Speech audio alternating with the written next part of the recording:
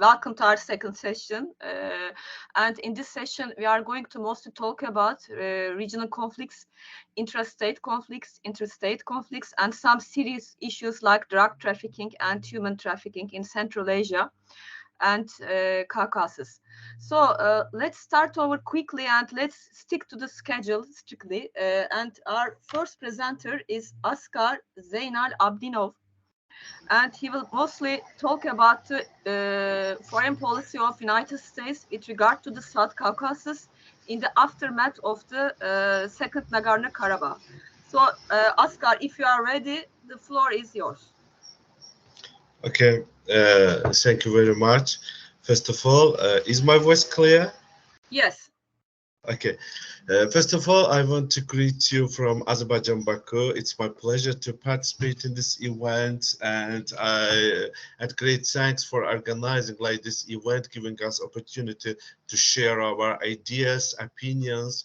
And from this point of view, today I am going to talk about, as you mentioned, the U.S. Caucasus policy against the background of the Second Karabakh War, what had happened to do after this one, and how the policy of US changed regarding the South Caucasus region. From this point of view, I'm going to concentrate on it. And before this one, I want to mention that the first session was very interesting, and I think that this session will be also very informative and interesting from this point of view.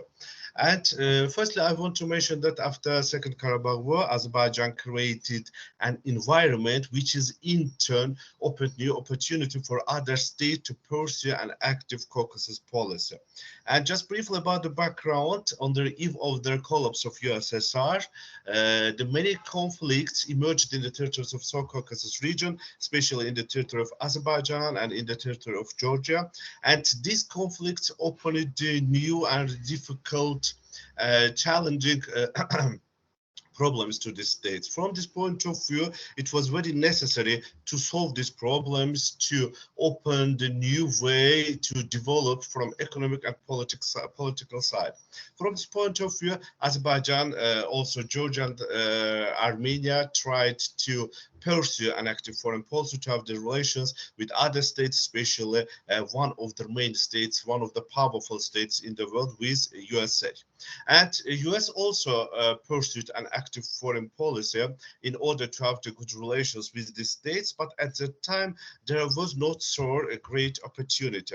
From this point of view, I want to mention that we can divide into some stages the US policy regarding the South Caucasus region. Firstly, let's look to the beginning of the 19th years of the 20th century. During these years, there was the great problems in these republics, especially in Azerbaijan, regarding the Armenian-Azerbaijan Nagorno-Karabakh conflict. And from this point of view, at that time, there are other states also involved in the settlement or in the, how to say, provocating in this conflict, because as we know that there are some states who didn't want to the solving of this problem. And from this point of view, Azerbaijan tried to solve this problem. It was very difficult, and firstly try to have the good relations with other big states, also with United States.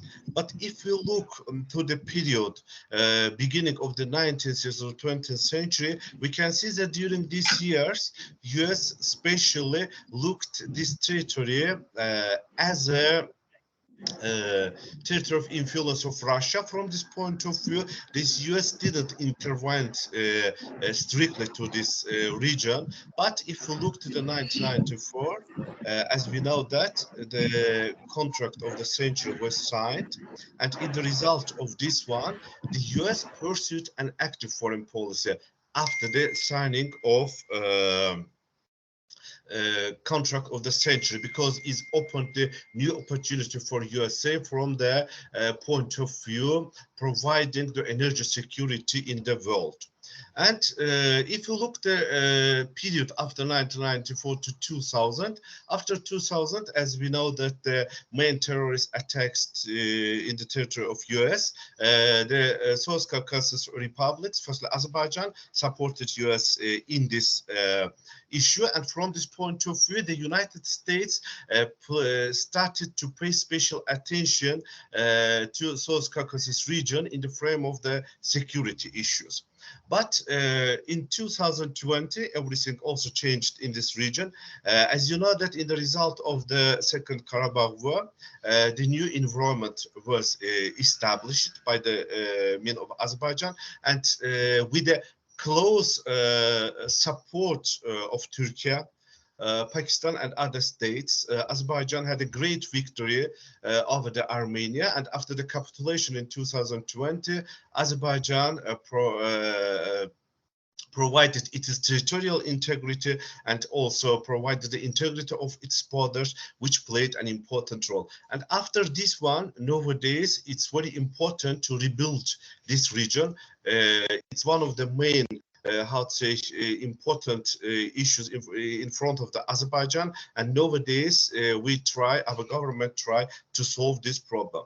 And if you look to the how to say reports, to the letters sent by the US administration, US main figures to Azerbaijan after 2020, we can see the great change also here, because after the solving the Nagorno-Karabakh problem, the stability was in the territory of this region. And from this point of view, it's in turn opened new opportunity for other states, also to USA, to realize the many great projects in this territory. From this point of view, if you look through the nowadays rebuilding of the Karabakh region, we can come to conclusion that even the great states, even the other states, are mainly interested in the reconstruction of the Karabakh region, and the firms from different countries, they want to participate in this region. From this point of view, it's very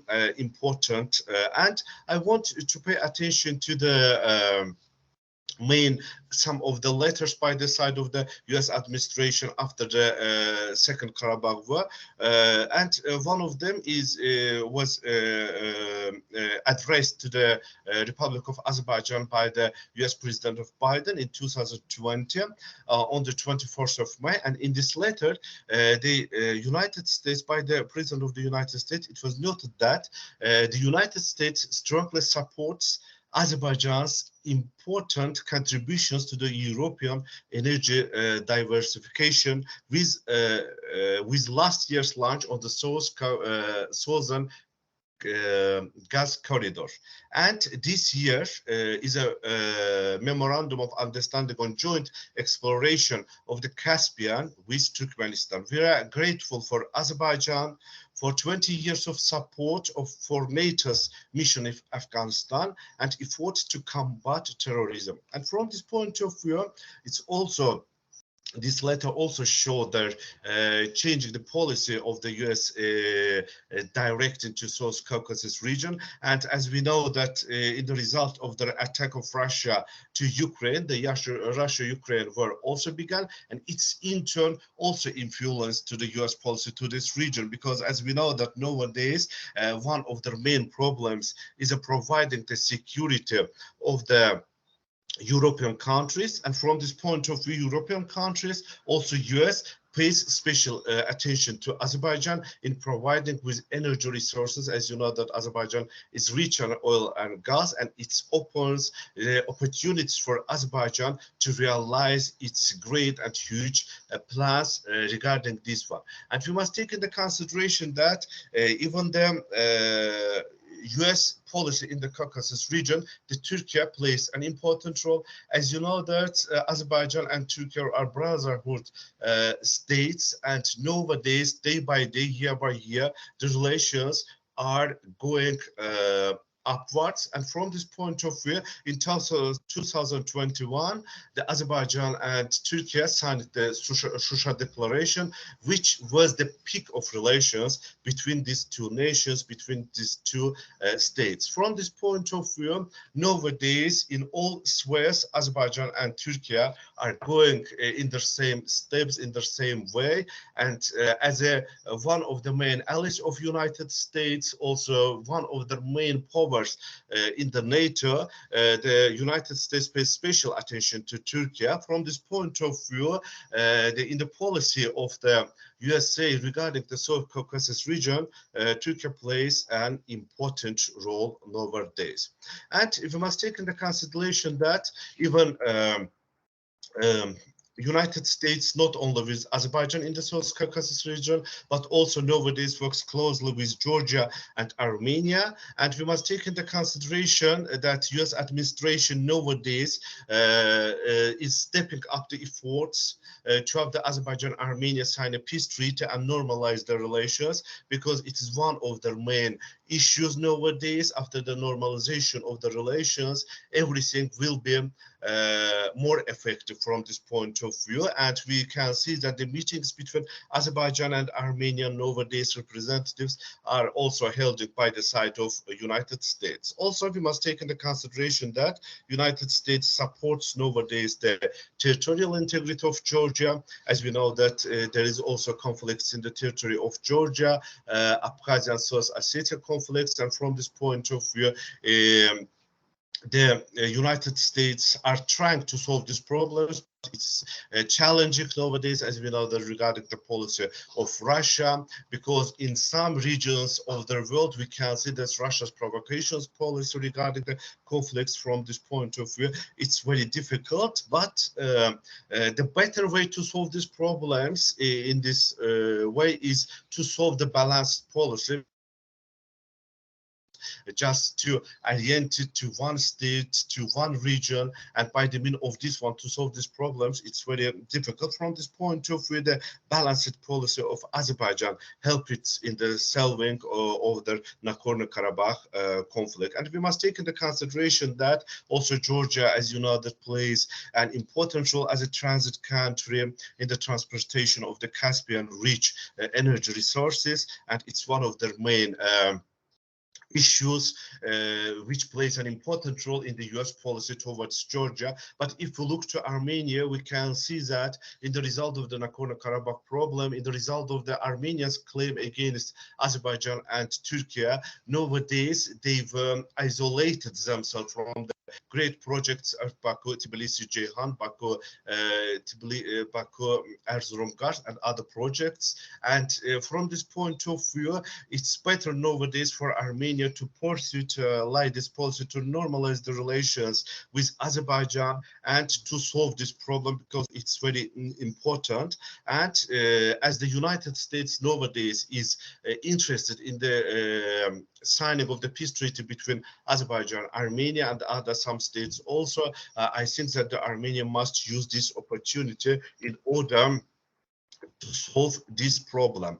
But we must take into consideration that there are some states in the world nowadays which mainly supports the Armenia, as Iran and France, and it's in turn gives the impulse to Armenia not to normalize the relations with Azerbaijan. But it is one of their main issues nowadays. And I want to note especially this one, that even just now the provocations by the side of Armenia is continuing on the borders of Azerbaijan. And from this point of view, is better way to solve and to normalize the relations, and it will in turn open the new opportunity for the other states for realizing the great and huge projects in this region. And from this point of view, United States is playing an important role. But as I mentioned, in this policy also Turkey is a great power for Azerbaijan and for the world also.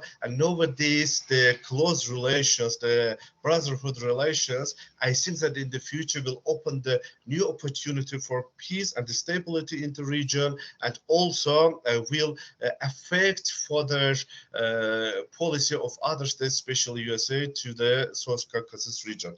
Thank you for your attention. Okay, thank you very much, Asghar, for your presentation. Do we have any questions?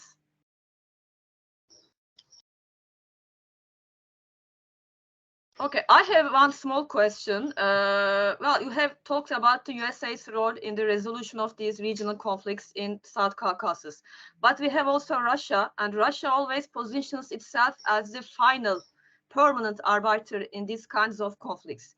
And taking into consideration that the United States and Russia are at loggerheads with each other right now, do you think is it possible for United States to play a really beneficial role in resolution of these conflicts? Okay, thank you very much for your question. It's a very interesting question. It is a very crucial issue for Azerbaijan nowadays. And taking into consideration that Russia played a crucial role in the emerging this conflict, it's very important issue. It's very difficult that Russia will play an important role in solving this nowadays normalization between Azerbaijan. We must take into consideration that nowadays is a main issue is a normalization of relations between Azerbaijan and Armenia, because for us the conflict is not existed. We have solved this one. But as you said, also there is a contradiction between United States and Russia, and from this point of view, it's very difficult to nowadays to come to conclusion that United States will effectively solve this problem and will play an important role in the normalization of Azerbaijan-Armenian relations. As I mentioned in my speech, from this point of view, the Azerbaijan's balanced policy is very important from the side that Azerbaijan is pursues an active foreign policy in order not to cancel the relations with United States as well as with Russia, and trying in the by the collaboration of the states to solve this problem. But as I mentioned also, Turkey is a very important key factor in this issue also. And as I mentioned also, I think that by their close collaboration, Azerbaijan and Turkey, we will achieve this one. And maybe not by the initiative of United States, maybe by the initiative of Russia, but in the final, I believe that we will come to this conclusion and we will sign the peace treaty, and it will in turn normalize the relations between Azerbaijan and Armenia. And Armenia must take into consideration that its relations with Turkey, which is important for Armenia nowadays, is also depend on this issue. From this point of view, I think that there will be any good news regarding this issue in the future. Okay, thank you very much for your answer. Then we can continue with second presentation, Derya Azar and Yunus Karaağaç, and they will talk about Russia's hybrid warfare strategy as a product of historical exceptionalism. If you are ready, the floor is yours. Thank you, Hocam. Thank you. Let me share the screen first.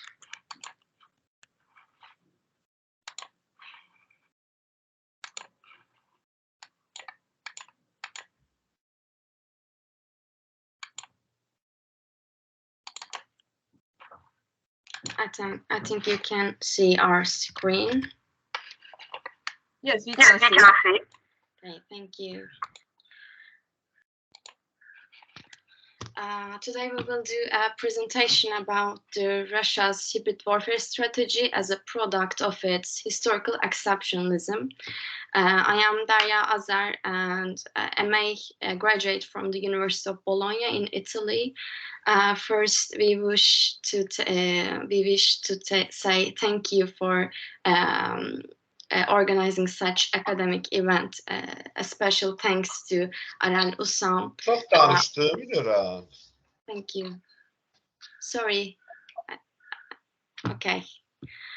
And my colleague Yunus. Hello everyone. Again, I am Yunus Karaağaç. I'm a PhD graduate of Aral University. Yes, we can proceed, I think. So, starting with the term exceptionalism, maybe we can start with a brief definition. of the term. Exceptionalism can be defined as the idea that a person, a country, or a political system can be allowed to be different from, or perhaps better than others. So the main source of exceptionalism is the distinct sense of self. And in our case, the Russian case, we see deep historical origins of exceptionalism. And we see a deep sense of insecurity in the Russian front caused by consecutive invasions and attacks, starting with the period when the Catherine the Great came into power in the 18th century. She made a bid for the expansion of the Russian territories, and so when the territories got bigger and bigger, and the defense was getting more harder, and when Napoleon made a military expedition to Russia in the 19th century, and during the Cold War, during the Second World War, Operation Barbarossa took place. This increased the sense of insecurity in the Russian foreign policy. Again, we see the reflection of this sense of insecurity of Russia with the US strategy of containment. This created a rather paranoia in the Soviets because the containment was based on the George Kennan's writing of sources of the Soviet conduct. So proceeding, we can maybe summarize the effects of Russian exceptionalism as exclusionism, a rather revisionist foreign policy, expansionism, an aggressive attitude towards the neighbors, practiced like near abroad policy. Again, we see the reflection as in the case of Alexander Dugin's theorization of the term sphere of influence. So, talking about the reflections of the Russian expansionism in the near past, when Putin took power in the 1999, he has faced serious challenges during his time in power. First, starting with the Second Chechen War, Putin tried to centralize the state power, which was relatively diminished under Yeltsin's time in power, and he tried to centralize and consolidate his power. So moving on to intervention to Georgia in 2008 and the annexation of Crimea in 2014, the hybrid warfare strategy has started to be used. So we see the latest example of invasion of Ukraine as the last step of the use of hybrid warfare strategy. And I give my floor to Yunus here. Thank you. Today I will talk about hybrid warfare and Russia's hybrid war strategy in Ukraine. The concept of hybrid warfare was popularized by Frank Hoffman, who analyzed the Hezbollah-Israel conflict, and its formalization gained momentum with the work of Russian chief of the General Staff, Valery Gerasimov, The Value of Science in Foresight. Hybrid warfare includes regular and irregular actors, conventional and unconventional tactics, symmetrical and asymmetrical structures. Hybrid warfare, also referred as the Gerasimov doctrine, indicates the harmony of regular and irregular forces or actors. Harmony between regular and irregular force is extremely broad and multi-layered. Military, political, social, economic, cultural, and cyber methods domains are integrated with traditional physical domains such as land, air, sea, and space. Hybrid warfare has 7 key components. These are conventional warfare, propaganda, sabotage activities, economic war and economic strike, cyber warfare and disinformation activities, intelligence activities or covert operations, and low-intensity conflict. Russia is one of the main practitioners of the hybrid warfare concept. The intervention to Georgia in 2008 and the annexation of Crimea in 2014 are the main examples. Russia's cross-border hybrid activities in 2008 and 2014 were characterized by its support for separatist groups, its incitement of protests, covert operations with clandestine units such as the Little Green Men, no epaulets, flags, and country symbols, and its cyber articulation of low-intensity conflicts. The Russia-Ukraine war, which started in 2014 in the Donbas region of southeastern Ukraine and escalated on February 24, 2022, is the most recent version of the hybrid warfare strategy. As a result, all of the hybrid war components have been realized. For example, on February 21, 2022, Russia announced that the facility of the Federal Security Service had been destroyed by Ukraine. However, the building in question was photographed as an old and disused house in the forest.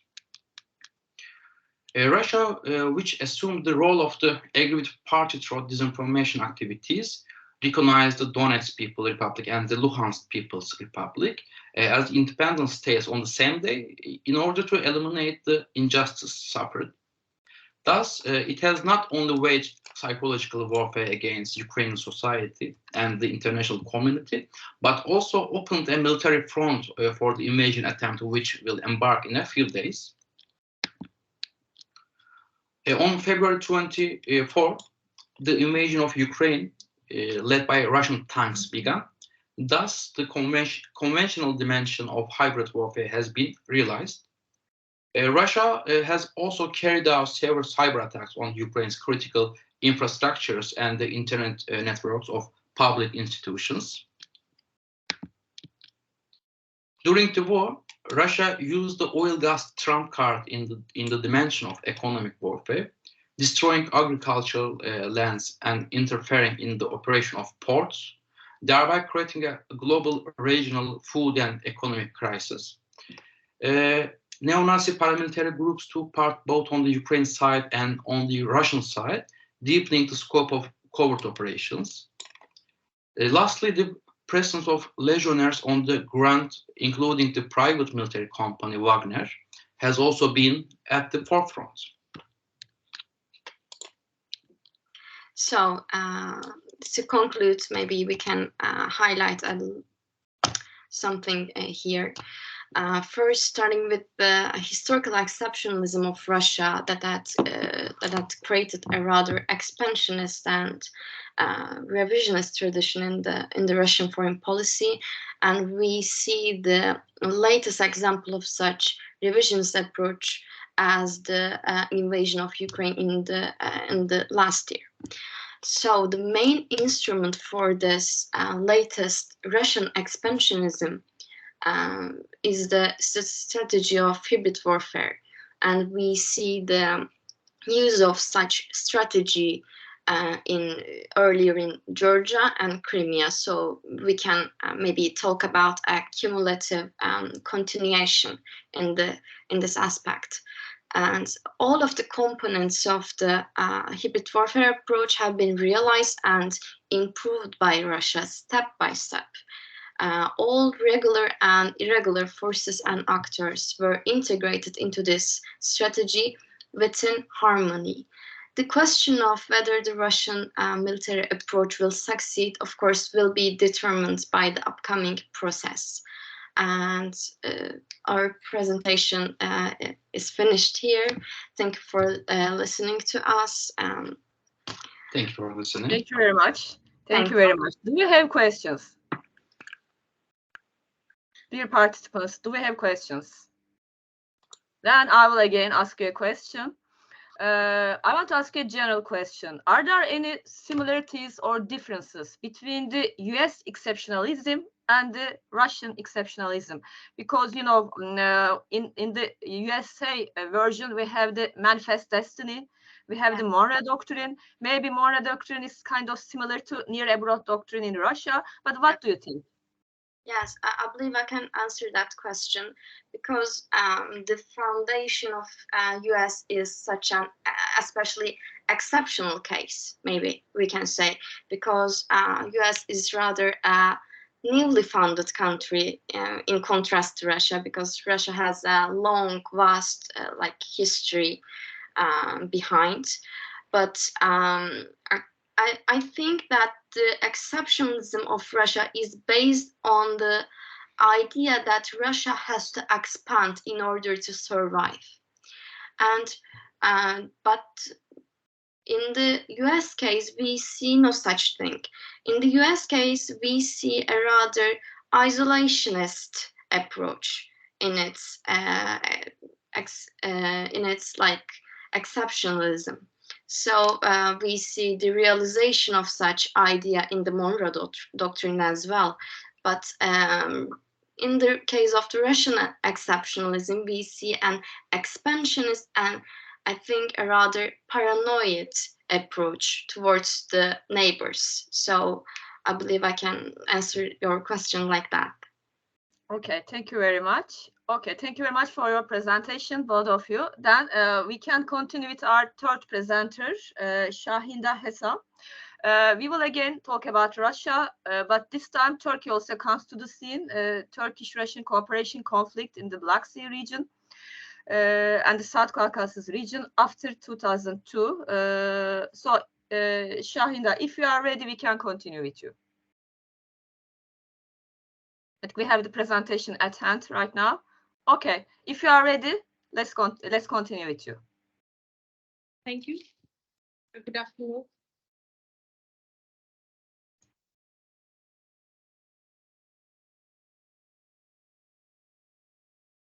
Yeah, I'm honored to be part of this international congress. I'm Shahinda Hesam, a PhD candidate from Jamia Millia Islamia, New Delhi. My topic is geopolitical issues in the Black Sea, Southern Caucasus region, and Turkey-Russia conflict and cooperation post-2002. As you can see, the Black Sea, Southern Caucasus region is strategically located between Europe and Asia and has been the subject of geopolitical interest and conflict for centuries. The key issues in the region include territorial disputes between different regional states and influence of external powers, energy security, ethnic and religious divisions, security and military posturing, cross-border crime and trafficking, etc. The future of region will be greatly influenced by Turkey and Russia's relationship and how they manage ever-developing issues in the area under their opportunistic spirit of cooperation. By starting with historical context to Turkey-Russia relation. As you know that both are successor states to once dominant empires that had conflicting interests, often at odds with each other. The Russian Empire significantly contributed to the fall of Ottoman Empire. In the Crimean War of 1850s, Turkey was almost on the verge of losing. Ottoman Empire was almost on the verge of losing its territory. But with external support of Britain and France, it managed to win that war. But in the succeeding war of Russia-Turkey, the Ottoman lost their territory to Soviet Empire. And the earlier claim of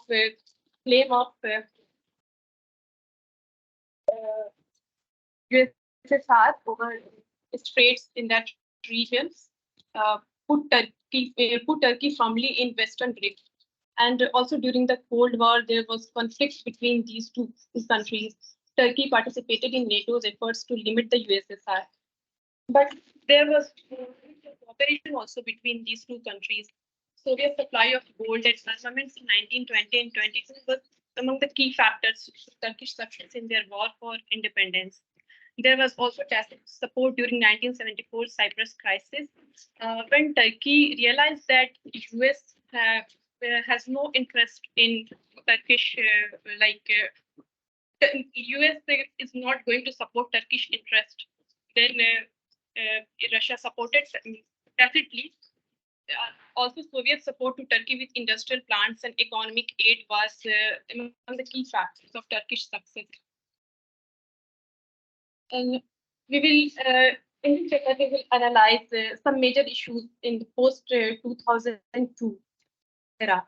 To understand this complex relation, where meandering conflict and cooperation between Turkey and Russia seems to be a strategic necessity for both nations to safeguard their own national interest. Now, starting with Nagorno-Karabakh conflict. Nagorno-Karabakh is a region in Azerbaijan. This region is inhabited by Armenian-speaking people. In the first Nagorno-Karabakh conflict, Armenia occupied this region along with surrounding districts. Even though the ceasefire was brokered by Russia, but it did not guarantee support. It did not guarantee security of the region. Since then, it was a frozen conflict with intermittent skirmishes. In the second Nagorno-Karabakh of 2020, we have seen the direct and full support of Turkey and Israel to Azerbaijan, which led to victory of Azerbaijan.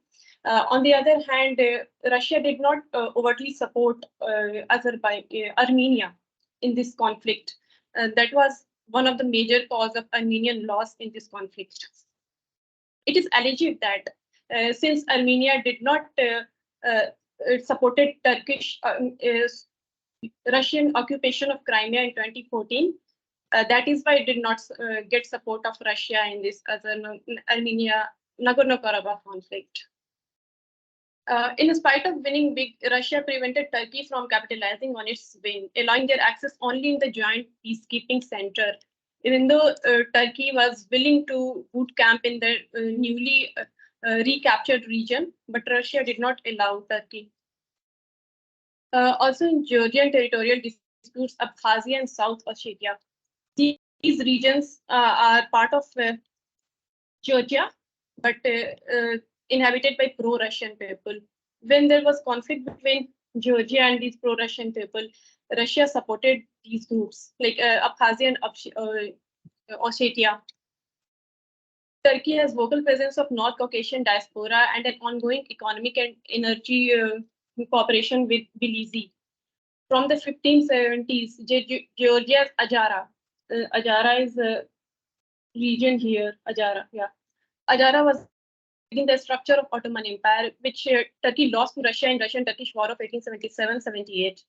In key city of Batumi, Batumi is, as we can see, Batumi is here. Turkey has significant economic investment apart from historical links.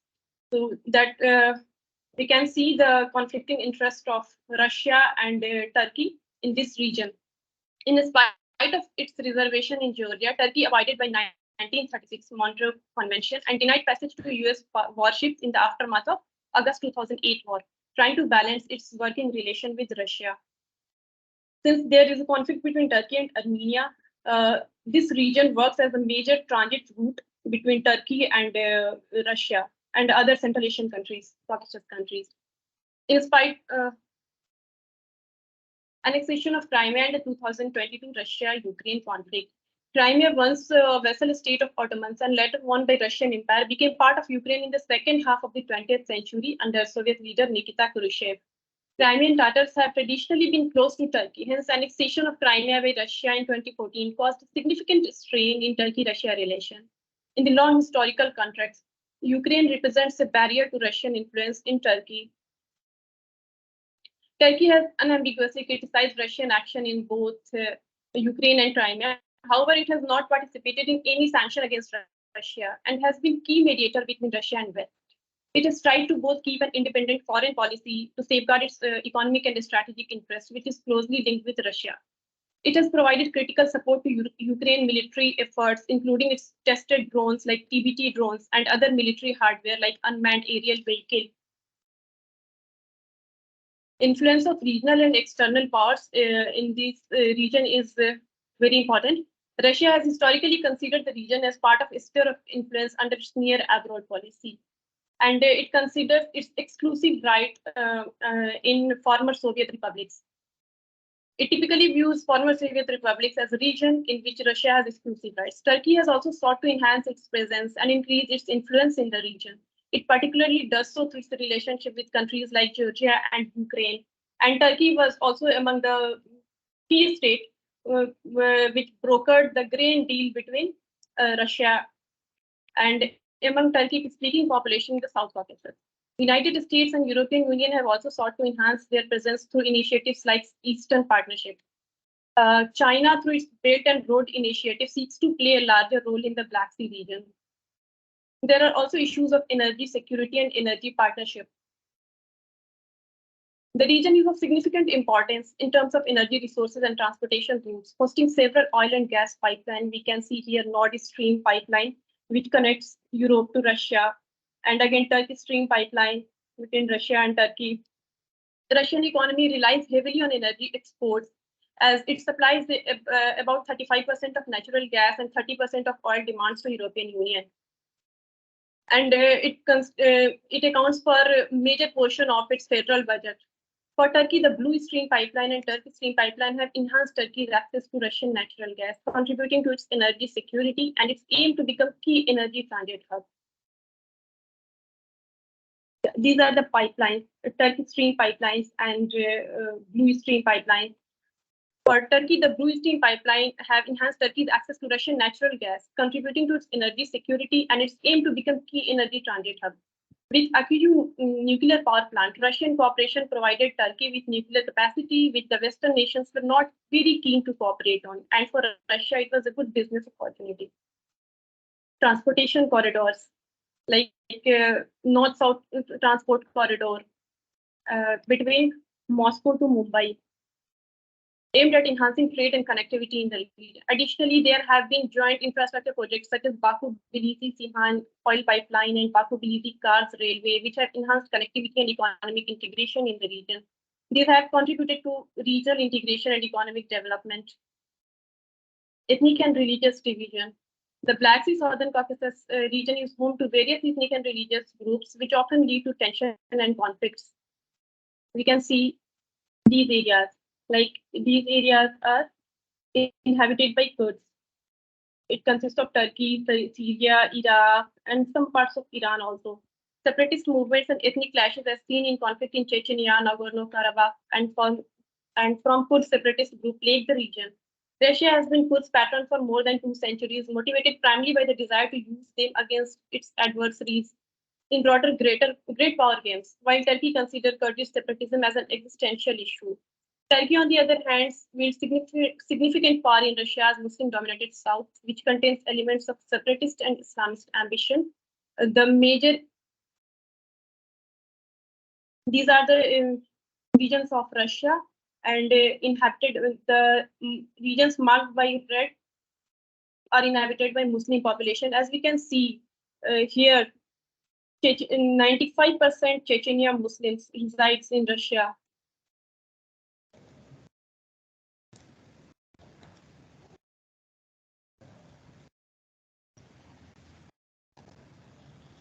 Security and military posting. The region has witnessed military buildup and competition, especially between Russia and NATO member states.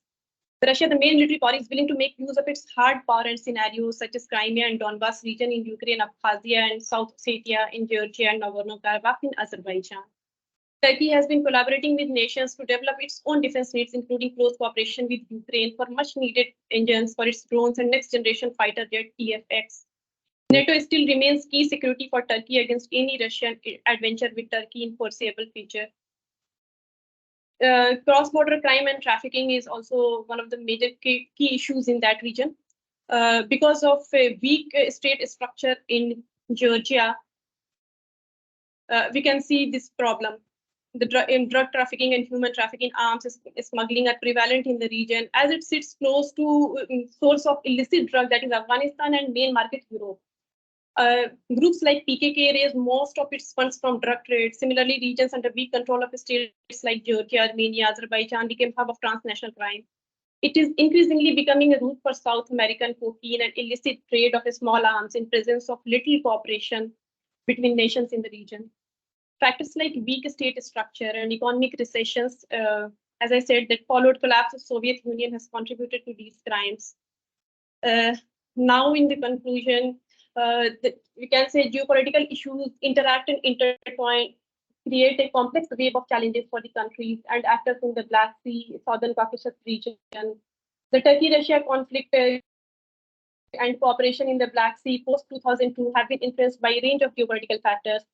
while there are conflicts on issues such as Crimea and regional influence have strained their relationship, there have been notable areas of cooperation also, like energy security and tourism, cultural exchange, including energy partnership, trade, and security cooperation. Both countries recognize the importance of managing their conflicting interests while finding common ground to maintain stability and promote regional development in the Black Sea region.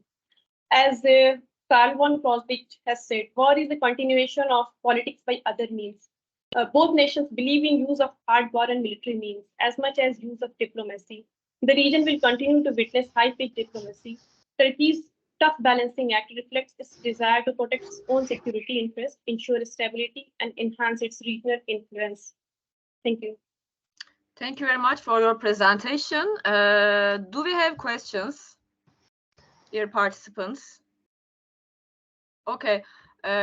Asghar has a question for you, Shahinda. The floor is yours. Okay, thanks. Thank you for your presentation. It was very interesting. And you have spoken about the conflicts in the territory of the Caucasus region. And regarding to this one, I want to ask you a question regarding Georgia. As we know that in the result of the Russia is initiator in the territory of Georgia, Abkhazia, and South Ossetia Can conflict. you be a little louder? Yes. Can you be a little louder? I think she cannot hear you. Could you please speak a little bit louder? Okay. My question is regarding the South Ossetia and Abkhazia conflicts. I want just know your approach, your opinion. What do you think? Which kind of policy must Georgia nowadays pursue in order to solve these problems, to provide its territorial integrity?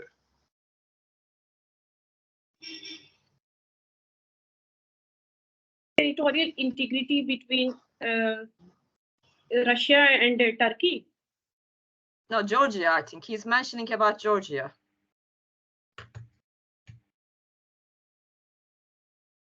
Maybe you can repeat your question again in order to elaborate it further. Okay, my question is regarding the conflicts in the territory of Georgia.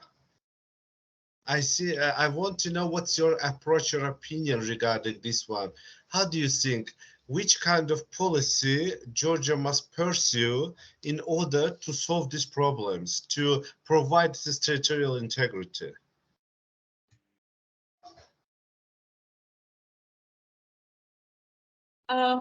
I think mediation will work here because this region is conflict-ridden and there is no clear-cut solution to this issue. Like strategic autonomy is of utmost priority for any state in the region, but it will take time, I think. Okay, thanks. Okay, do we have any questions further? I think Gülşen Aydın had a question, but do we still have a question? Or do you accidentally raise up your hand? Yes, You don't I have a question. I have a question, dear Chair. Okay. I want to ask, how do you see the role of Saakashvili's policies in making Ossetia and Abkhazia problem such a big threat to Georgian territorial unity? I need to read about that view. Like you asked about that certain opinion. I haven't read that.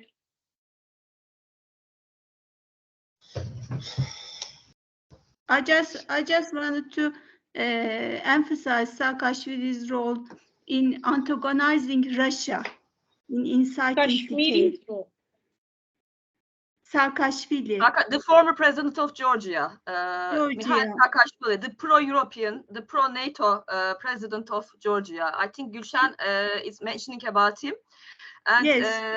Did his pro-European, pro-NATO, pro-American policies antagonize Russia? Did it have any impact on this war between Georgia and Russia in 2008? Dear Chair, to clarify more, Saakashvili was the president during the 2008 South-Ossetian War.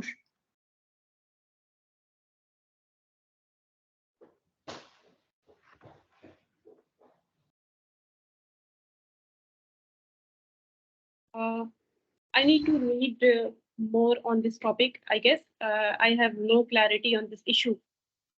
Okay. Okay then. Okay, thank you very much. Thank you very much. Thank you for the presentation. Then let's move on to Jinguya Wang and Kuyang Yudai's presentation. We are continuing with Russia, but this time an internal Russian problem, separatism in Ingushetia. Okay. So if you are ready, the floor is yours.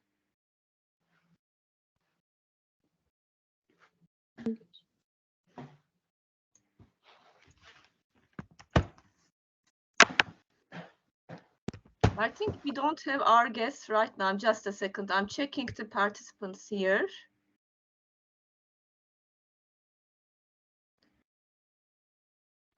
Okay, let's check.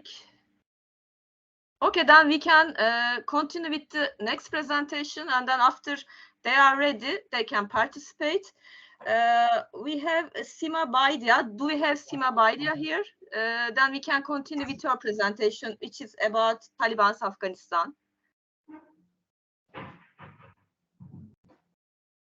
Sima, are you ready?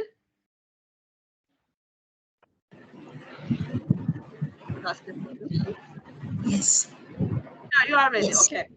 Then we can continue with the presentation, and it is about Afghanistan as well, but we will see the impact of Taliban on Russia's, China's, Pakistan's policy. The floor is yours. Okay. Very good afternoon. Thank you, Chair, and thank you, Aralusin, for organizing this important Congress.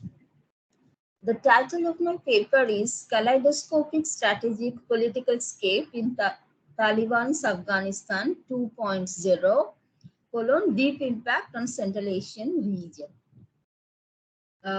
Easily you can understand that I have two parts in my paper, but basically I am not going to focus on the first part because that all we know and we have witnessed this.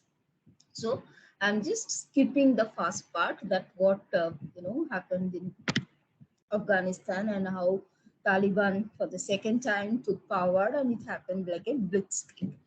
And the more we are witnessing, our thinking and ideas also are changing. The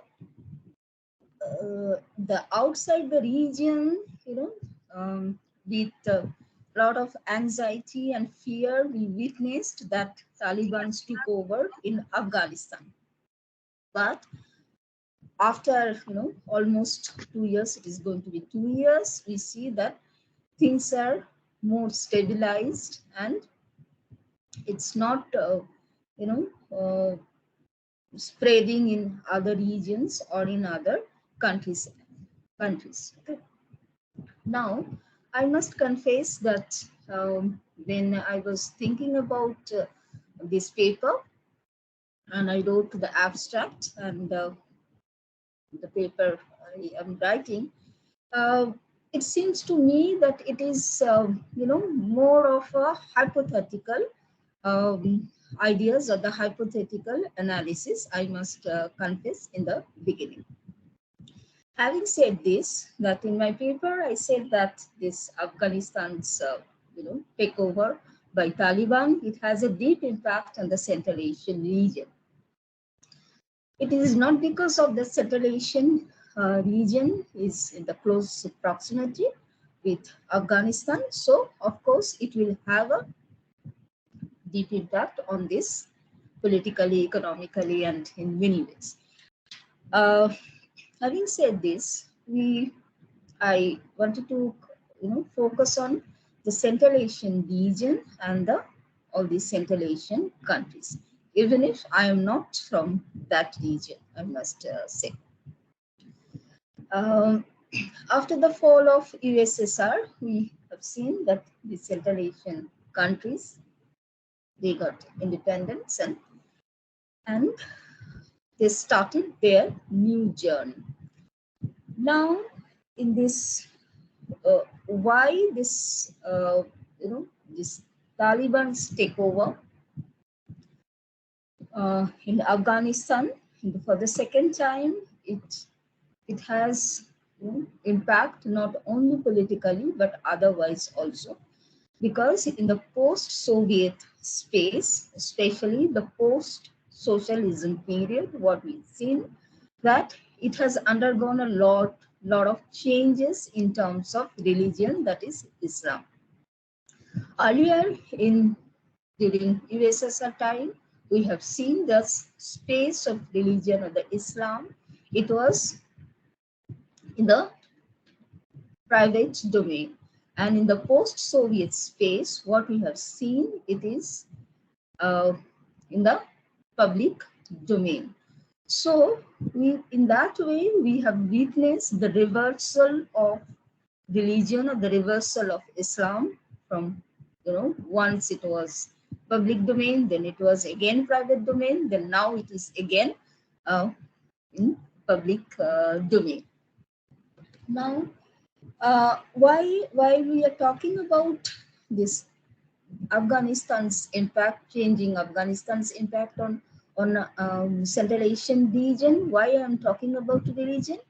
Because when we talk about Taliban, of course, their kind of Islam is very, very important to understand its impact, to understand its impact in its own geography and beyond its geographies as well.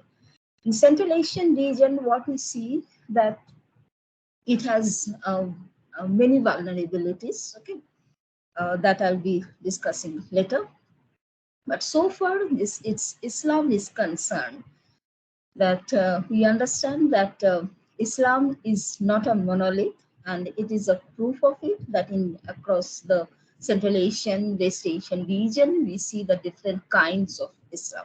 In Central Asian region, what we see that it is more moderate Islam, okay, and it's more accommodative, okay, and unlike Taliban's kind of Islam, so this is also very, very problematic if it spreads from Afghanistan to Central Asian region, okay, because it will change the face of the region and all the countries. Okay? And as I said in the beginning, that it's in my understanding, to me, it is more hypothetical analysis, I must say. And when Taliban took over power in Afghanistan, Taliban started talking about different kind of Islam. We have many analysts started guessing that what type of Islam they will adopt, okay, whether it will be Iranian type of Islam, or whether it will be Turkish type, or it was there was option for Central Asian type of Islam also, but no, Taliban, I don't think so. Taliban was ever interested in the moderate kind of Islam. But Taliban started talking about supreme leader, okay. Then people started thinking about that, whether they are thinking to adopt the kind of Islam we see in Iran, okay. But after some time, we understand that no, it is not only the nomenclature or the terminology that they are talking about. They are not talking about this because there is a too much difference between the kind of Islam Iran practices and the kind of Islam Taliban wants to practice. Because in Iran, what we see, Islam is the governing principle of the state. And Iran is a liberal country from all senses, I must say. And of course, those who are studying this region, they understand that contrary to media reports. So in case of Afghanistan, what we see that initially, even if they started speaking about this, but no, they actually they did not adopt, or I must say that they could not adopt. And then we started getting this news, and then very recently also we came to know about women's position, especially their stand on the working women, whether women will be work and they cannot work and all these things. So this is a sharp contrasting to Iranian version of Islam. Okay. So what we see that uh, there's a clear-cut difference between the Central Asian region and the kind of Islam this Taliban wants to practice in Afghanistan. However, why it is not only Islam, but as I was just mentioning that Central Asian region has many vulnerabilities. Okay. When we saw that they came out of this USSR, then they aimed to carve out its own niche and to have a different kind of political entity as well as economic power. Because initially, after the fall of USSR, people started talking about Central Asian region as a second Persian Gulf. That means what?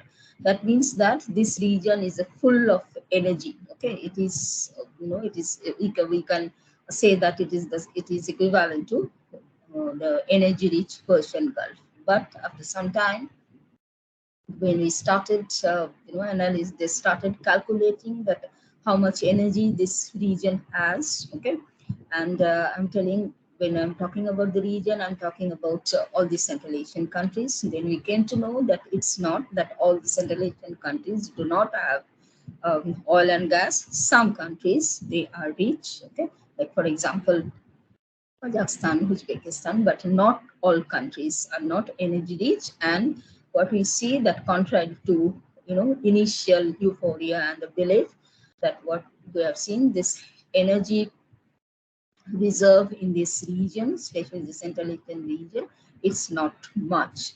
And apart from this, that the reserve, what we have seen because of the Central Asian, Central Asia has been facing the problem of transportation of energy, whatever they have.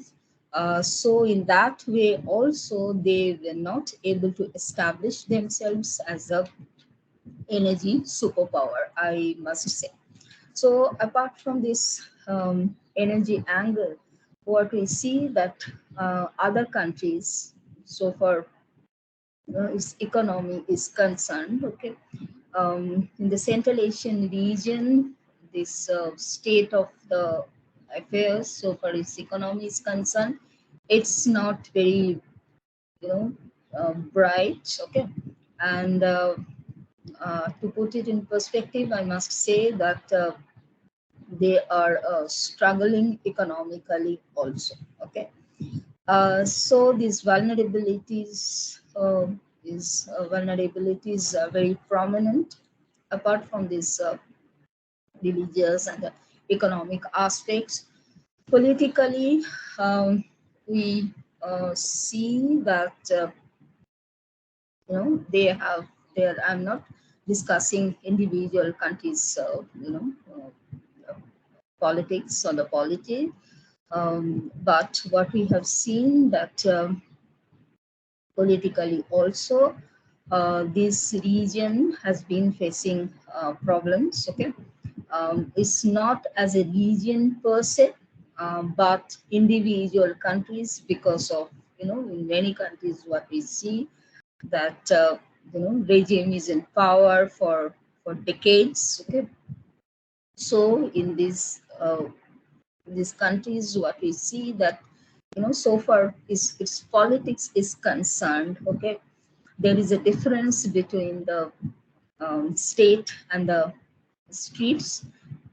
That is the people that this the regime's policy decisions are not always in favor of the people. Okay, so politically also, I must say that most of the countries, they have their own political problem, own domestic political problem, so they are grappling with a lot of problems. Okay, so this also could be the reason that why the Central Asian region, could not, or could not come up as a strong power block in the region.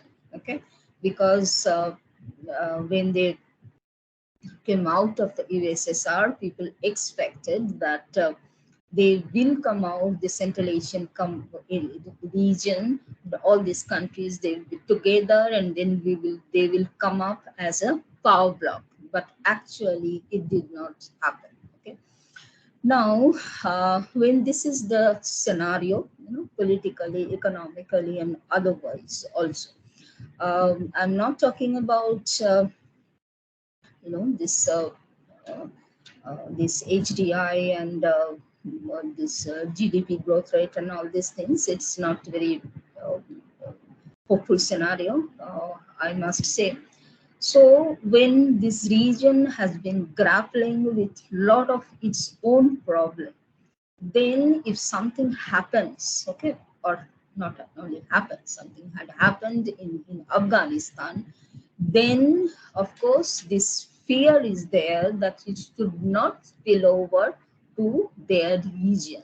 And that's why I say that while I'm discussing or analyzing things hypothetically, but since Taliban took over power in Afghanistan, this fear and anxiety is there, across the region, especially among all these neighboring countries, that if Taliban is not in check, okay, then what happens? Okay, what happens in Afghanistan, it can happen in their country or in their region also.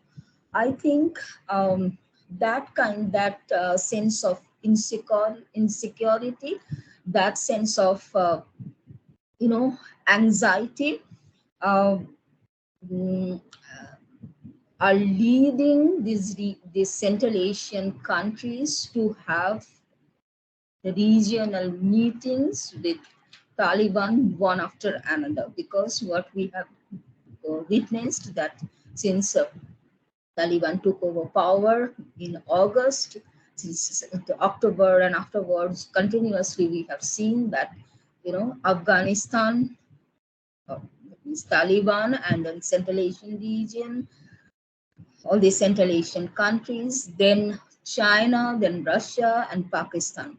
Continuously, they are having a meeting, okay, so that whatever had happened in Afghanistan, okay, it should not spill over in any of the countries, because if it happens, not only the country will be changed totally, it is not only a question of Islam or the religion, because if that is the core of the governing principle, then everything will be changed, okay, from its economy to politics to society.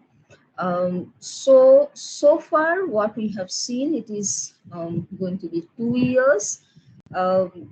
This Central Asian region and all the Central Asian countries, in consultation or in collaboration with China and Russia especially, they are able to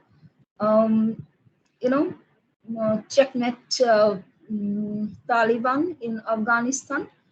But having said this, I'll conclude by saying only one thing that, this insecurity um, will continue and will continue forever.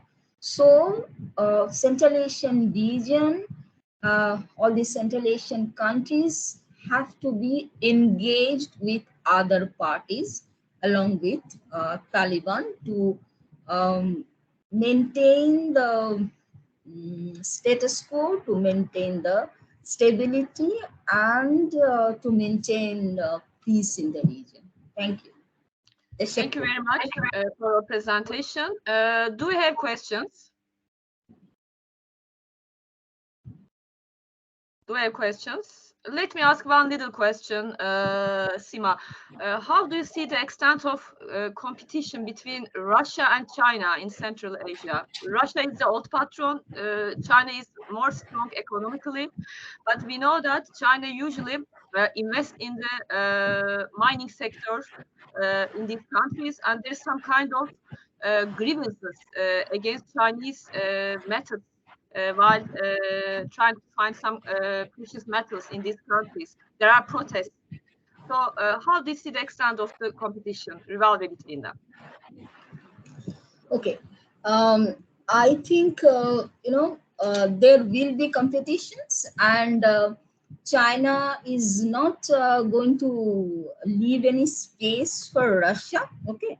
Wherever China is strong and China is, China has been engaged, its people, its workers, and its investments, trade, and all these things, China will continue to do this. Having said this, I must say that the competition will remain, but competition will not convert into conflict, because China is well aware of its position and its anti-American position. That's why they want Russia and to work together. So it's a healthy competition will be there, but it will never convert into conflict, at least at this point of time.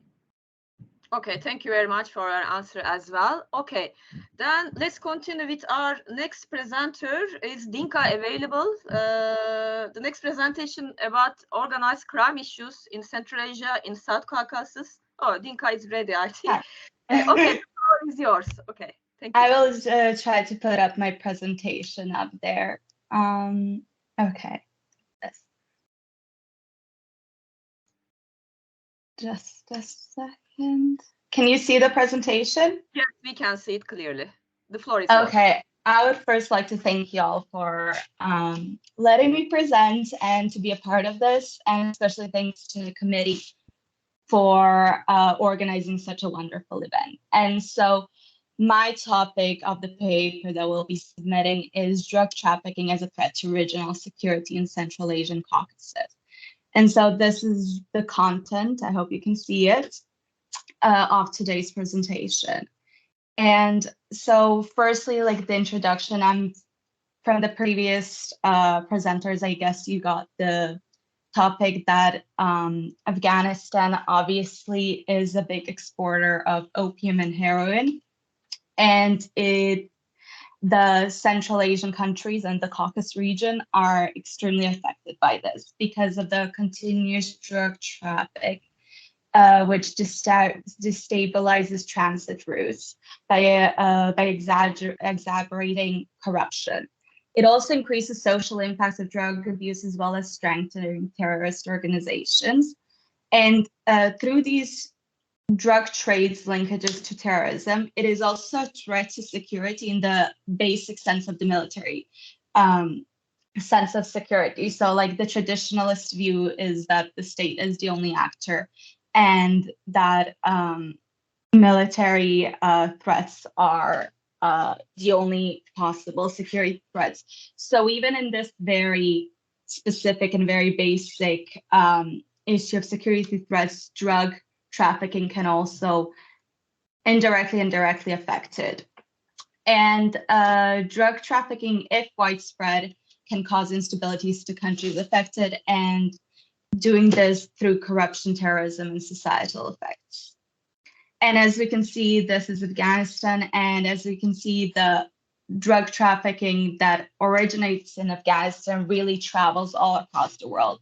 So although the main countries affected are obviously Afghanistan and its neighbors because of the drug routes, the drugs that are transported also affect the furthest regions of the world as well. So it is a big issue for, I think, the global world due to globalization. And so the main things that I will try to answer with my paper is, how did the US departure from Afghanistan and the Taliban takeover, how did that affect the drug trafficking? Did it increase it in the region? And how does the drug trafficking from Afghanistan pose a security threat in Central Asia and the Caucasus? And so I hypothesized previously that the US departure from Afghanistan will increase drug trafficking in the region, which will again increase the security threats in the Central Asia and Caucasus region. And this security threat caused by drug trafficking comes in the form of corruption and societal impact of drug abuse, destabilizing democratic institutions and strengthening of terrorist organizations. So the reason why this subject is obviously so important is because the stability of Central Asia and Caucasus is important globally, and drug trafficking is prone to destabilizing regions it affects directly. And so, as I said, it doesn't just affect the regions around Afghanistan, it also affects the wider world. But due to the recent developments, such as the Russia-Ukraine war that is currently happening, as well as other environmental issues, the world's focus has completely kind of shifted away from Afghanistan, leaving the space of influence quite empty. And this also, due to the US departure, the humanitarian aid to the country has decreased. And the Afghan drug control, which wasn't implemented even with the US, but even now it is solely the responsibility of the Taliban now. And I'm hoping that the future paper will shed light on this topic.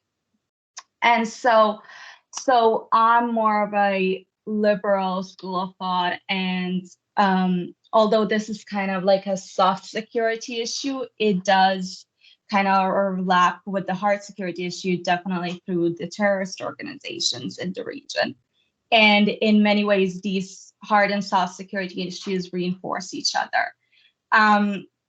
The reason why Central Asian countries, although the drugs travel into Russia and China and all of these other countries, I believe that the reason the Central Asian countries have this, the drug trafficking has impenetrated all areas of its society due to their weaker institutions of control. And so the transit routes that the drug traffickers and drug producers use, they prefer to use weaker states because they can rely on corruption, political corruption, in order to decrease the transaction cost. And this also makes the weak states a growing ground for soft security threats. And it means that the spread of these soft security threats tends to be much faster in comparison to a state with a more stable political and economic environment. Also, due to the instability in a lot of these states, organized crime can be seen as a provider of socioeconomic stability and development in many regions and states. And as we'll see, Afghanistan does rely a lot financially, especially now with the decrease of humanitarian aid. It relies a lot on its drug production and distribution.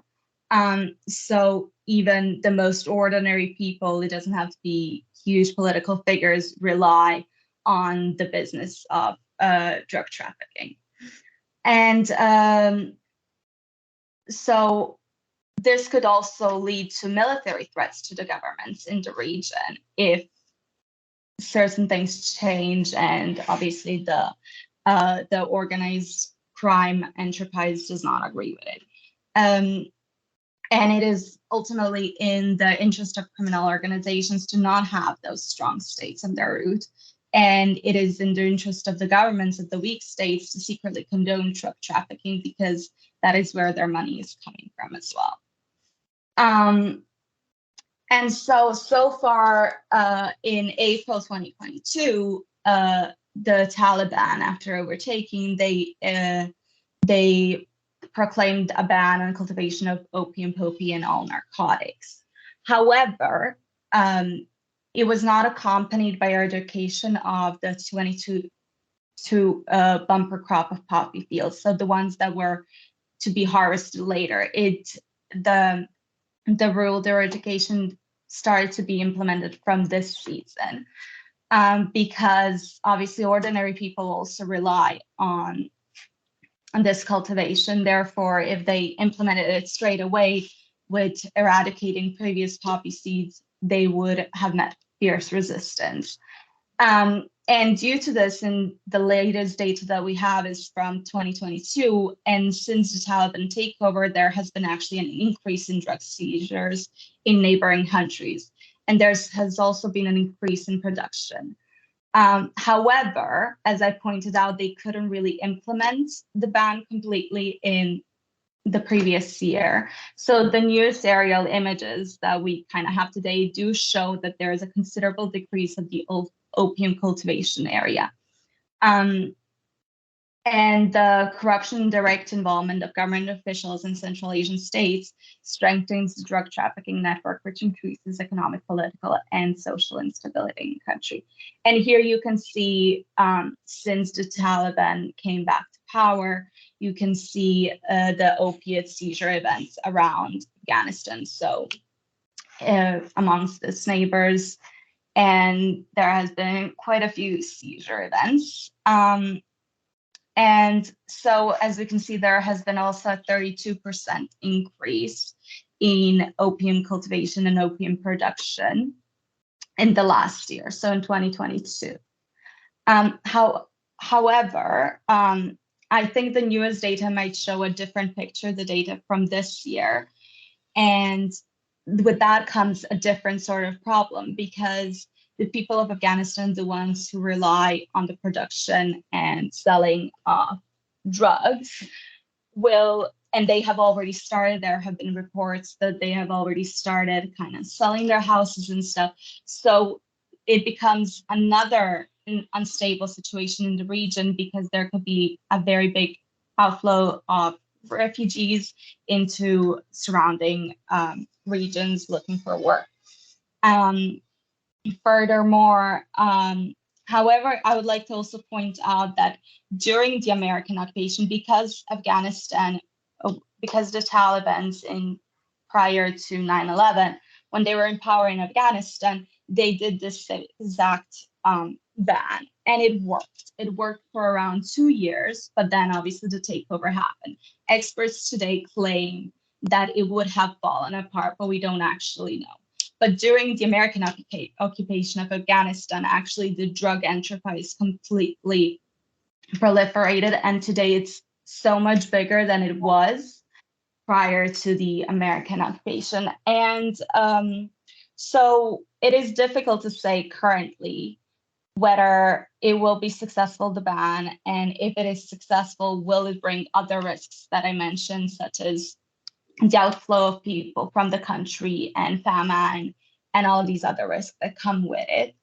We will just have to, I guess, see and wait. And definitely the biggest issue in the Central Asian Caucasus region is the instability of its countries, because although the drugs do affect Russia, China, and other parts of the world, they do have a stronghold of their governments and their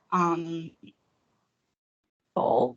So it doesn't penetrate every single aspect of society like it does in these regions. And high sharing officers and high government officials have been reported to participate visibly in the drug trafficking corruption in Central Asian countries, which isn't something that often happens in other areas of the world. Okay, thank you for your presentation. Thank you. Do we have questions?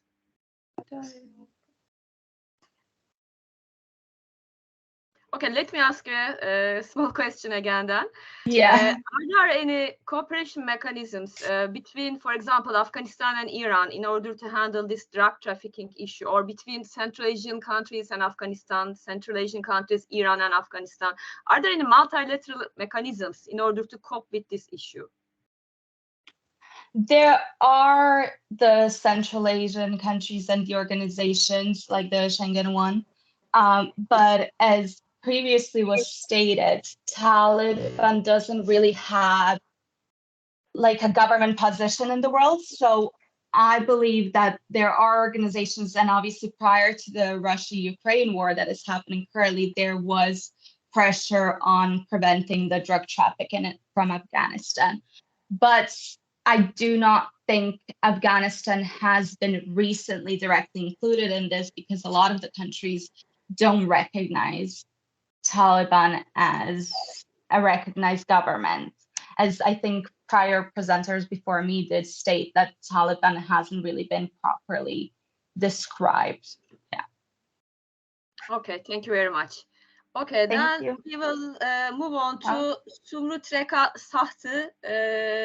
We have Are one you ready? question. Oh, you have a question. Okay, go ahead, please. No, Yashar Hoca has a question. Oh, okay. Huh? Pardon me. Yaşar Hoca, your microphone is off, I think. Sorry, I have a question in the last room. But, we know that the first time when Taliban came to power in 1996, they had a very harsh policy related illicit drug production and the trade. And it's very clear that at the United Nations documents, the number of the trade will go down very quickly. I mean, the drop. And as we know, current second term, not the term of, but second time when Taliban came power, they also announced they are going after the drug. Of course, it's very difficult to do that one because the country's economic condition is very clear. And the issue when you are talking about the theoretical part, you mentioned about the corruption and some problem with the democracy and other things, and not controlling fully country, giving the chance to drug traffickers or producers to benefit. And today, yes, Taliban is the authoritarian, even totalitarian regime, controlling the country, whole country, and they already announced a policy to go after the illicit drug trafficking or the production. So do you think that that will decrease the drug trafficking because of the authoritarian regime, plus they are very strict to implement the certain policies? Thank you for the question. And as you've stated yourself, they've already done this back when they had their first term, and they were quite successful according to all the documents. And even today, when you look at, so the latest data that we have is just aerial photos of Afghanistan and the crops. But it does show that in this year, so the 2023 year, when this policy is starting to get properly implemented, it does show that the cultivation area has been decreased a lot. So I think there is a possibility that they succeed in decreasing drug trafficking. I do think that that comes with its own host of different issues, though, that do need to be addressed. And the whole region, I think, could be strengthened by it. But I do think they have a fairly good chance. But although I've read some papers and stuff, and a lot of articles concluded that basically they suspect that Afghanistan is trying to do the drug control in order to, again, receive financial or humanitarian aid or developmental aid from other countries. And if that's their goal, to specifically do this, although I know it also doesn't align with their beliefs, but if their goal is to specifically do this in order to gain that finance again, I don't think they will be successful in gaining that finance, because as we've seen, like the rest of the world is a little bit preoccupied with other issues, and the women's issues in Afghanistan affected its picture in the world as well a lot. But I do think, since they've done it before, I think it is possible that they'll be successful again. But there are different factors today. It's much easier.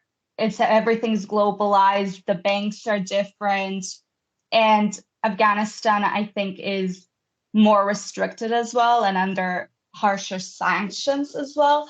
And as I've said, due to Americans' occupation, the drug proliferated in Afghanistan during that occupation. Like, instead of decreasing it, they completely increased the whole thing. So I think they're gonna face different issues. And at the end of the day, I think they should solve some social issues, which is very hard to do in a country that's under such horrible sanctions, because I don't know how it will affect the ordinary people. Thank you.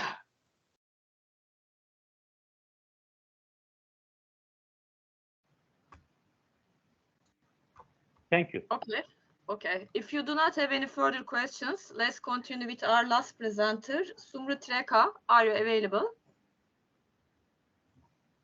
And it's about human trafficking, another organized crime issue. If you are ready, the floor is yours.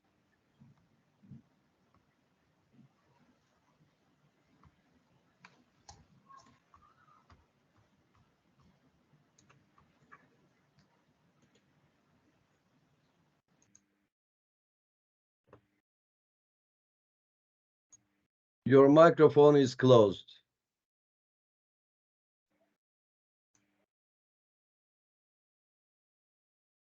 I think your microphone is closed.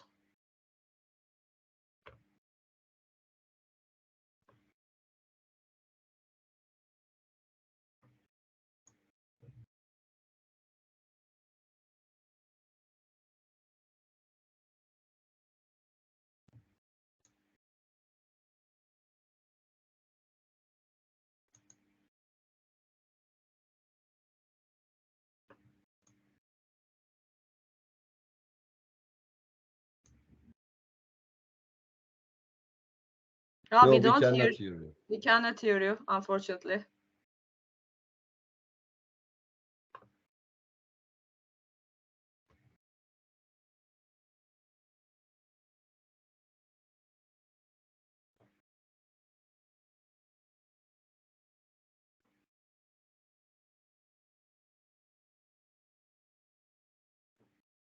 We don't hear you.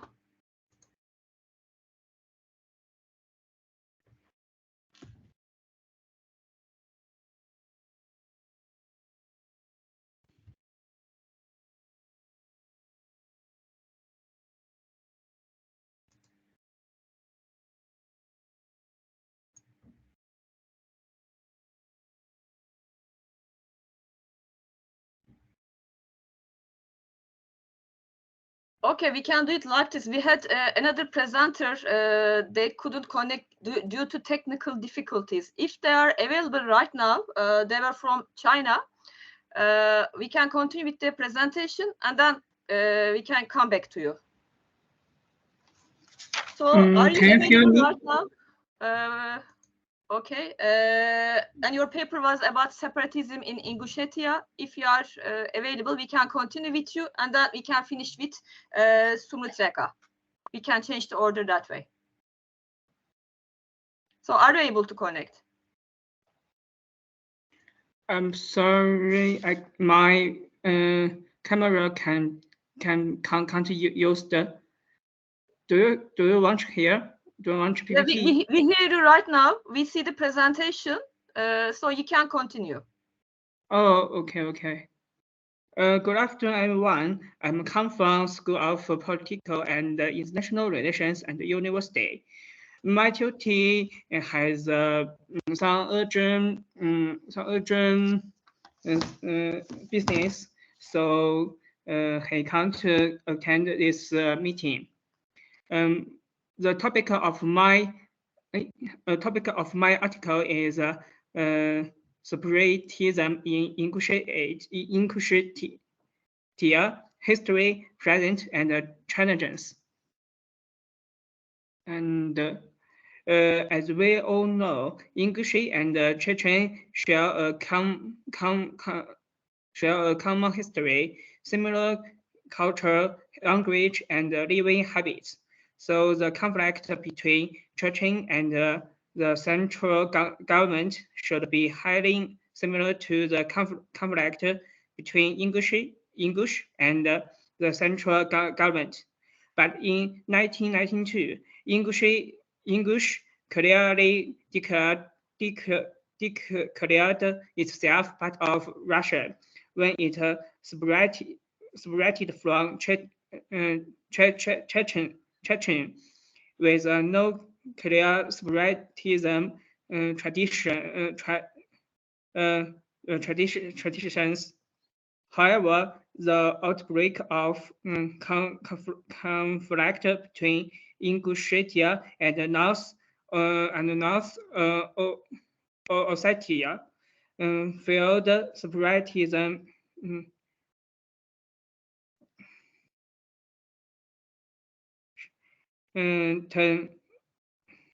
tensions in the Ingush region. According to different political goals and targets, the separatism focus in Ingushetia can be roughly divided into parts. The first one,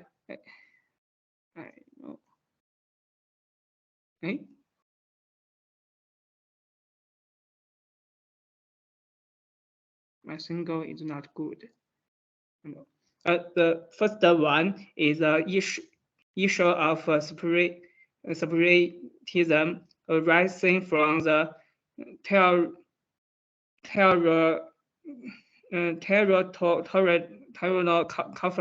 conflict between Ingushet and North Ossetia. The second one is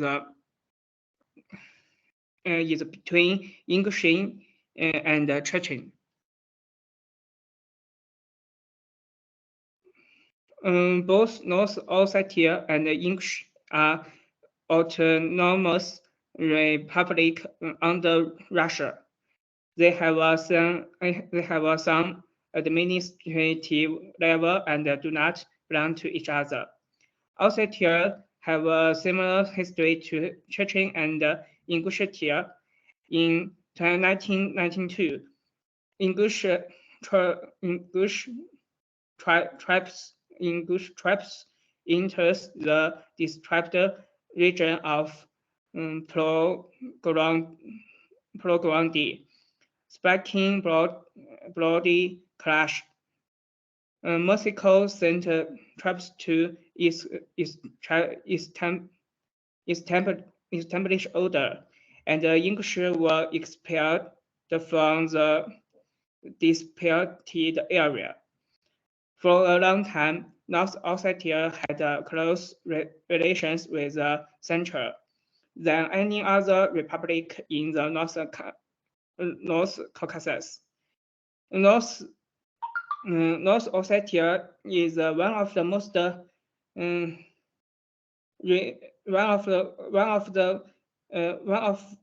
of the region with a better economic development.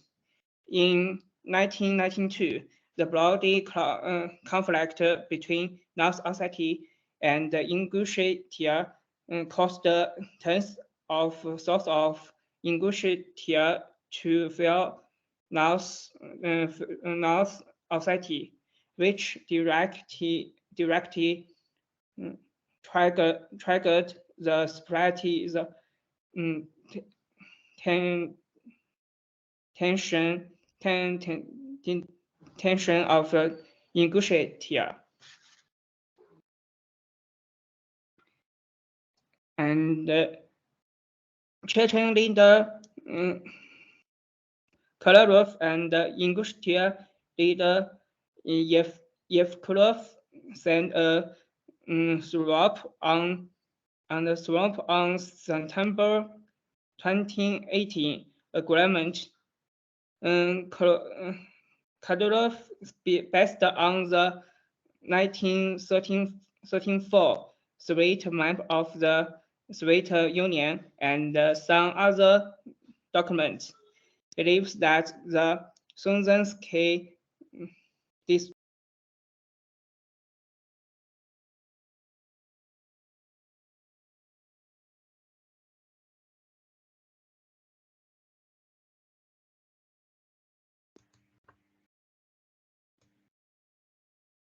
Okay, I think we have a problem with the connection again. Do you hear us? I think again we encounter a problem here. I'm checking the participants list. I think he's dropped off from there. Just a second. No, we have him.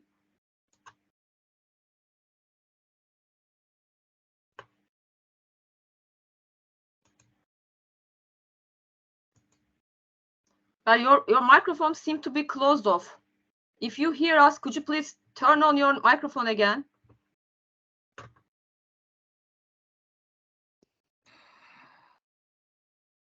Can you hear me? Yes, we can hear you. Continue, please. Oh. And they have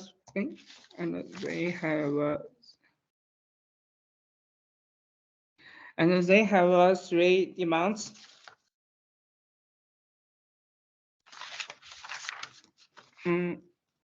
Subsequently, the constitutional count of the Republic of Ingushetia found the agreement unconstitutional. They gave us three reasons.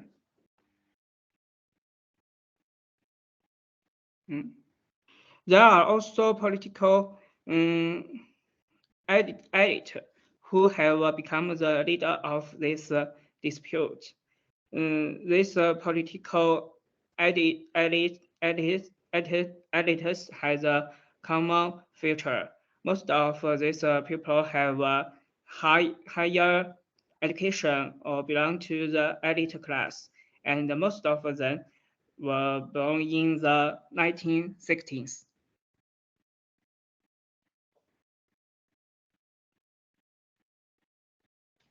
And under the influence of the COVID-19 pandemic and the conflict between Russia and Ukraine, the Ingushetia issue has undergone new changes.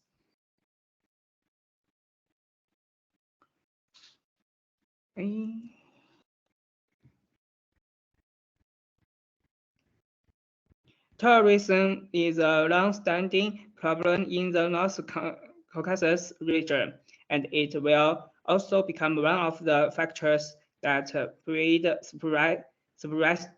separatism in this region. Observe the change in the number of terrorist incidents in the autonomous Republic of the North Caucasus region in the past 20 years. The terrorist incidents in the Republic of Ingushetia were mainly contracted in the period from 2007 to 2011 and showed a downward trend after 2012. However, in recent years, terrorist incidents and extremist incidents in the North Caucasus region have begun to show a upward trend. Just take 2020 as an example. There have many terrorist incidents in Chechen and Ingushetia. The crime rate in the Caucasus region is also rising. According to the news released by Russian branch of International Police Association, the regions with the highest level of crime in Russia are in a public of English and etc. The public of English is the first local government to go bankrupt under the COVID-19 pandemic. The economic situation in Chechen is also frequently tense. The future of separatism in the North Caucasus will only intercipher, and it is not ruled out that English will become the next Chechen.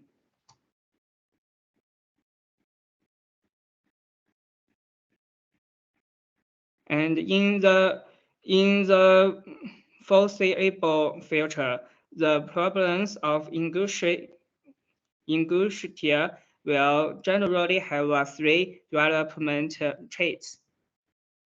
The first one, under the control and the coordination of the Russian central government, Chechen gave up its claim for territorial independence,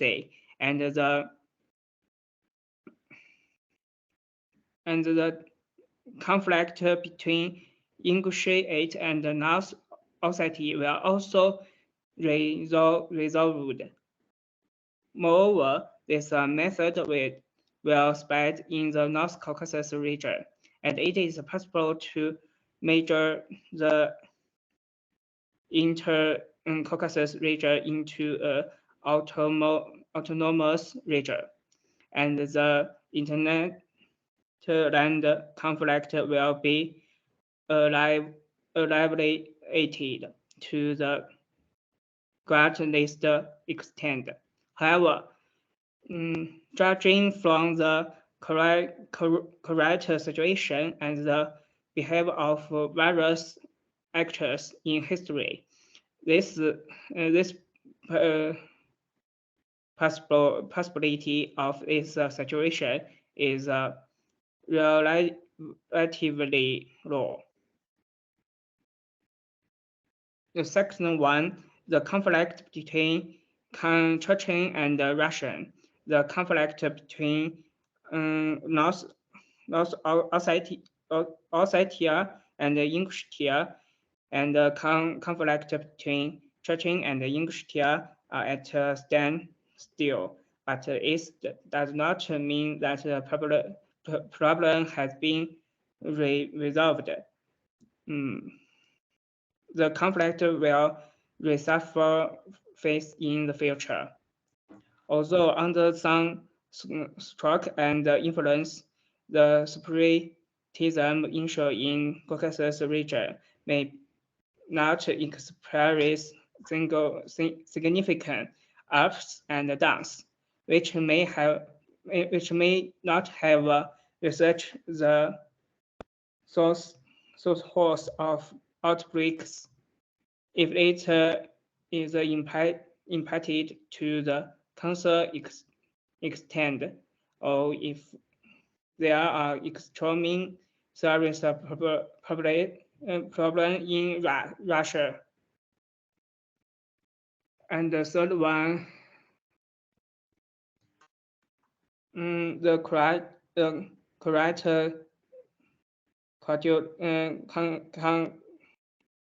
contradiction continue to accumulate, especially where events such as COVID-19 pandemic and the Russian-Ukraine conflict continue to increase Russians' education, Russians' economic burden. The Caucasus region may have an extremely serious separatism problem in the near future.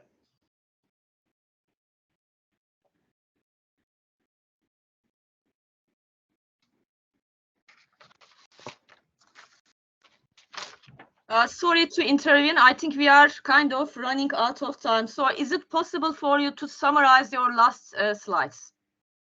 Maybe we can move on to the conclusion part quickly, because we will have a Q&A session as well. Last survey is many in the future there are many declaration for research on negotiate, just like this one and Central. It has been a pleasure speaking with you. Thank you very much. Thank you very much for your detailed presentation. Dear guests, do you have any questions for about this presentation? Do we have? Okay, if we do not have any question, then we can move on to our last presenter, Sumrit Reka. We had some kind of audio issues. Are you able to connect? Okay, do you hear me? Am I audible now? Yes, you are audible now. Okay, please, floor is yours. Go ahead. Thank you so much, ma'am. Let me just share my slide. She will talk about women trafficking in Central Asia, another organized crime issue. Okay. Is my slides visible, ma'am? Yes, they are visible. Yes, yes. Okay. So first of all, I want to thank you, the organizer and the team, for giving me this opportunity to present my paper in this important congress. So I am presenting my paper on women trafficking as a challenge to regional security in Central Asia and South Caucasus. So as we all know, what is women trafficking? Women trafficking is known as an organized crime and is a part of human trafficking. Women trafficking basically used for women are being trafficked for two reasons. One is forced labor, and another most prominent reason is sexual exploitations. So women fall in trap of trafficker. Basically, they are lured by false promises of employment, earning more money, and promises of marriages and a better livelihood. So when we talk about sexual exploitations, women are being forced to prostitutions. This is called sex trafficking of women. So women trafficking is a global issue that affects countries and regions around the world, including Central Asia and South Caucasus. So when we see some data in Central Asia and South Caucasus, there is an organization called International Organizations for Migrations, which estimates that approximately 4,000 women from Kyrgyzstan, 5,000 women for Kazakhstan, and 1,000 from Tajikistan are trafficked abroad each year. When we see South Caucasus cases, here around 500 women are trafficked from Georgia annually to the Middle East countries and Russia and to other countries. So there are some international laws and agreement to prevent this, as we can see in the slide. So here I have put a map of whole Central Asia and South Caucasus region and how the women trafficking is happening from Central Asia to other part of the world, and within Central Asia from South Caucasus to other part of the world, and within South Caucasus, which is called domestic trafficking also. So when we see women trafficking in Central Asia and South Caucasus, Central Asia republics are both source and destinations of women trafficking, and it is a transit routes. Women for Central Asia forced into prostitution in the Middle East, Eurasia, and Asia. Domestic trafficking within Central Asia, from one part of the Central Asia, they are trafficked to other part of the Central Asia. When we talk about the South Caucasus, the South Caucasus is also the origin and destination for the women trafficking. Victims are trafficked to Greece, Russia, Middle East countries, especially from, if you see the cases, it is from Georgia to Turkey. So women in Central Asia and South Caucasus are exposed to trafficking due to various reasons. That is economic factors. Economic factors as in unemployment, less job opportunities, gender inequality, gender discrimination, then political instabilities due to ethnic conflicts in both the regions, then migration patterns where illegal migrations are happening, and because of that, due to unsafe migration, illegal migration, people are falling trap. Women are falling into trap of these criminal groups.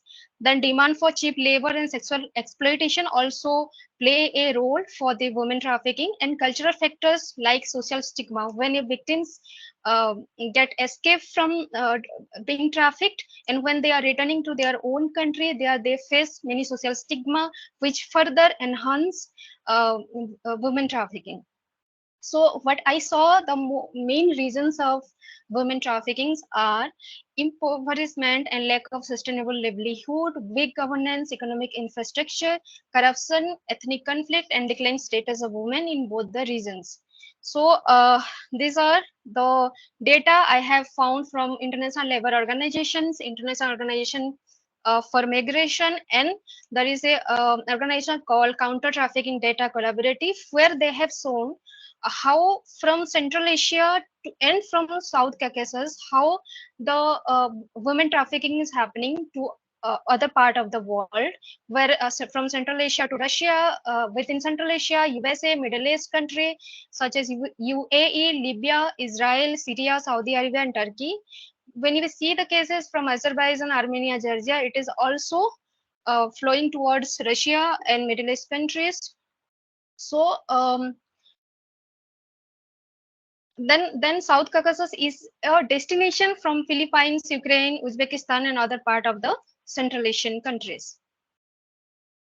So here, when we see who are the traffickers, so the traffickers are basically organized criminal networks who are up to organized crime criminal groups, and then recruitment agent and brokers. Recruitment agents and broker means a trafficker will be there in the center, but when initially the trafficking is happening, that time the initial person who is connecting to the victim, that who is luring the victim that you will get job abroad and you will get the income, who is making the false promises, they are the recruiter agents recruited by the main trafficker in the destinations.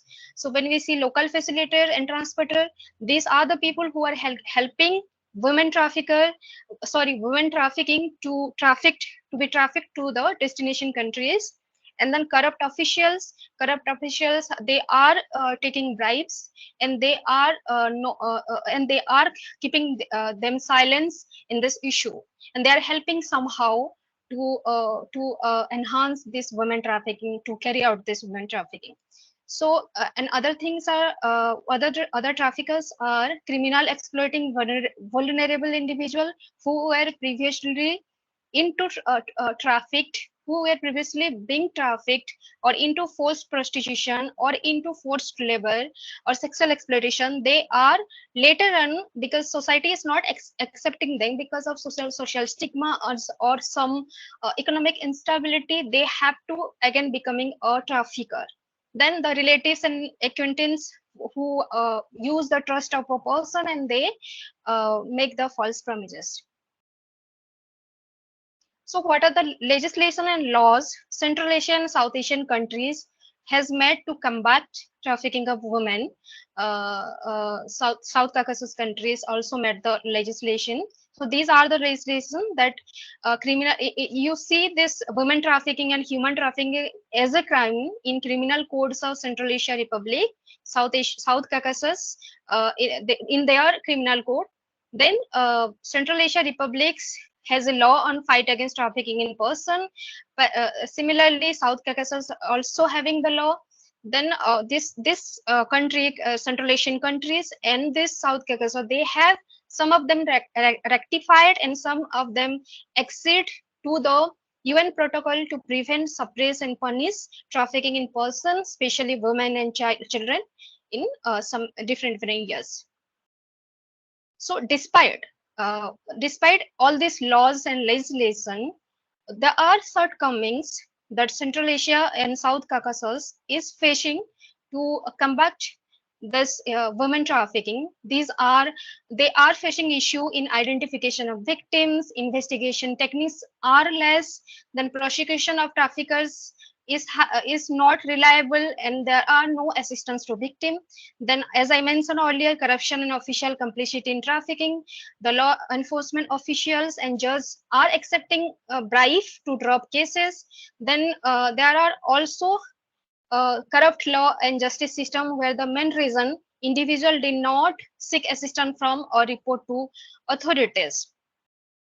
So next, this one is the challenges to regional security. This is the main argument of my paper, that how women trafficking is a challenge to regional security in Central Asia and South Caucasus. So here I have highlighted some points. The first one is destabilization and organized crime. Destabilizations mean how this women trafficking has destabilized societies in this region. The trafficking industry fuel corruptions, and they foster a climate of fears and violence. So this instability can have broader security implications, affecting the social fabric, economic development, and political stabilities of countries in the region. The next point is, the next challenges is social and political instability. Then trafficking of women perpetuates social and economic disparities, exacerbating social instability within the countries. It leads to loss of human capital. The resulting social tensions can fuel political and social instability. So the next challenge is corruption and weak governance also enhancing because of this women trafficking. Then cross-border security challenge. This is a very, very important security threat, where what is happening here, that women trafficking often involves the movement of victims across borders, making it a cross-border security challenge. Though this border in the region can be exploited by traffickers easily because of the less restriction or less law on this border, then allowing them to evade detection and prosecution. This not only facilitate trafficking but also create challenges for border control, law enforcement, international cooperation in combating this crime. Then the human right violations. Women trafficking is a grave violation of human rights, including the rights to life, liberty, security of a person.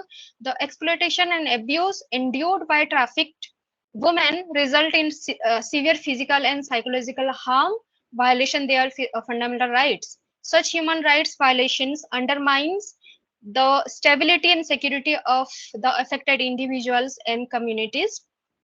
Because of this, this reason can be criticized in international community. Then the last one is public health concern. Because of this trafficking happening, women who are trafficked for sexual exploitation are partially vulnerable to sexually transmitted infection, including HIV/AIDS, and the spread of these diseases can have significant public health importance. Moreover, the movement of trafficked women across border can contribute to the spread of infectious disease within and beyond the region. So apart from these challenges, I have suggested some of the points which can help to combat this human trafficking, which can resolve this security threat. So the first one is legislative measure. There should be strong legislative measures like